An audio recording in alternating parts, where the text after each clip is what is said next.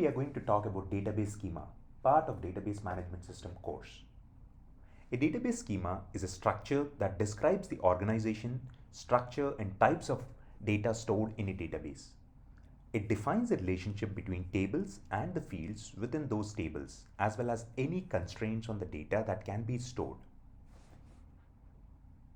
A database schema is usually represented visually using a diagram called an entity relationship diagram, which shows the entities and their relationships to each other.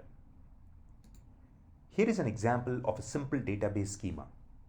In this example, the customer table has 4 fields: customer ID, name, address, and phone. The order table has 5 fields: order ID, customer ID, product, quantity, and price.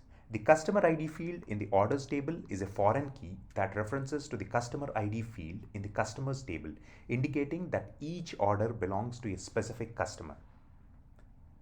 A database schema can also include other details such as data types for each field and any constraints on the data that can be stored.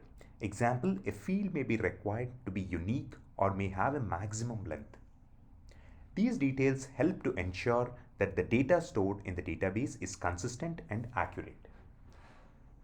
Thank you for watching.